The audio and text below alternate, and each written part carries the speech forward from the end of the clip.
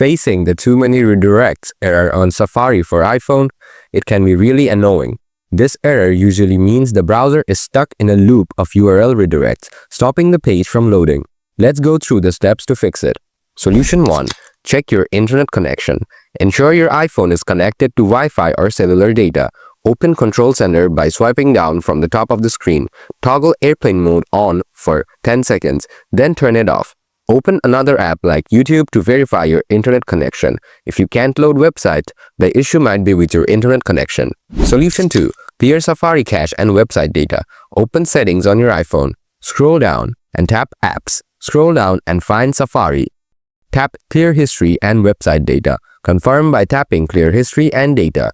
Cache data can sometimes cause redirect loops, so clearing it up may help.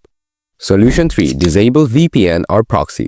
Open Settings, scroll down and tap General. Scroll down and tap VPN and Device Management.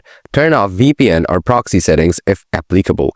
VPNs can sometimes cause redirection issues. Solution 4. Check Date and Time settings. Go to Settings, tap General. Scroll down and tap Date and Time.